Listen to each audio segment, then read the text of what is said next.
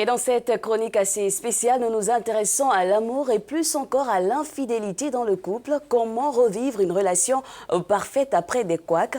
Nous avons posé des questions à Talal Al-Salim. Il est conseiller matrimonial et auteur d'Infidelity. Premièrement, dites-nous, monsieur Talal, quelle est l'importance et quel bien-être cela peut-il apporter dans des relations futures lorsqu'une personne admet avoir été infidèle? C'est important de faire des aveux. Très souvent, les gens cherchent à minimiser leurs fautes ou simplement à les dissimuler. Il est important que les gens admettent leurs actes d'infidélité dès lors qu'ils peuvent faire le premier pas pour tout réparer. Y a-t-il des conséquences pour ceux qui trichent dans les relations et quel impact cela a-t-il sur les partenaires?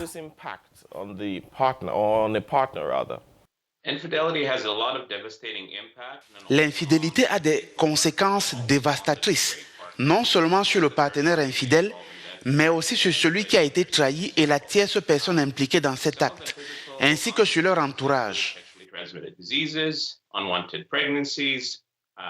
Parmi les conséquences, on peut citer les maladies sexuellement transmissibles, les grossesses non désirées, la perte de son emploi pour avoir couché avec quelqu'un sur son lieu de travail, une pratique assez courante.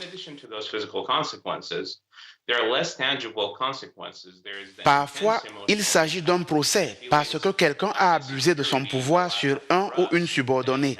Il y a les sentiments d'insécurité, le manque de confiance, la colère intense, la honte et la culpabilité ressenties lors de la révélation de l'affaire. En outre, si les enfants sont au courant, cela pourrait avoir un impact sur leur avenir. Ils pourraient être amenés à poser les mêmes actes dans leur vie de couple. Monsieur Talal, vous venez de nous expliquer que la peur s'installe dans la relation après avoir été blessé par une personne. À votre avis, qu'est-ce qu'il faut faire dans ces cas pareils? La peur est un signe qui indique qu'il y a un traumatisme et l'infidélité est l'un des faits les plus traumatisants dans un couple. J'encourage mes clients à accepter que pour combattre la peur, il faut aller à la source du problème en identifiant les causes de son infidélité et s'engager à les combattre. Il faut minimiser l'impact de cette peur et ne pas la laisser affecter le reste de votre vie. Vous pouvez suivre une thérapie de couple et rebâtir votre relation pour qu'elle soit meilleure qu'avant ou vous soigner individuellement.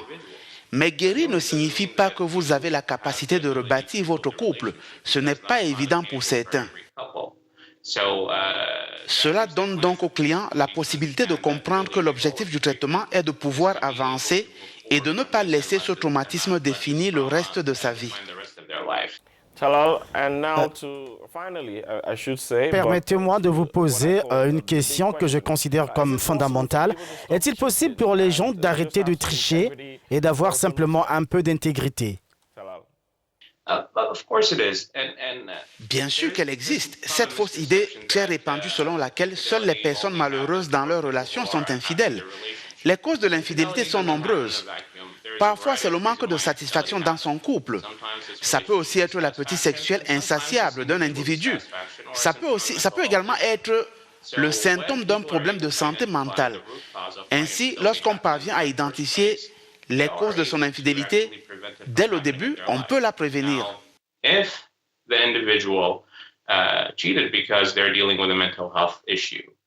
Les problèmes de santé qui peuvent conduire à l'infidélité sont les troubles de la personnalité. Les personnes qui font face à un trouble de la personnalité antisociale ou narcissique.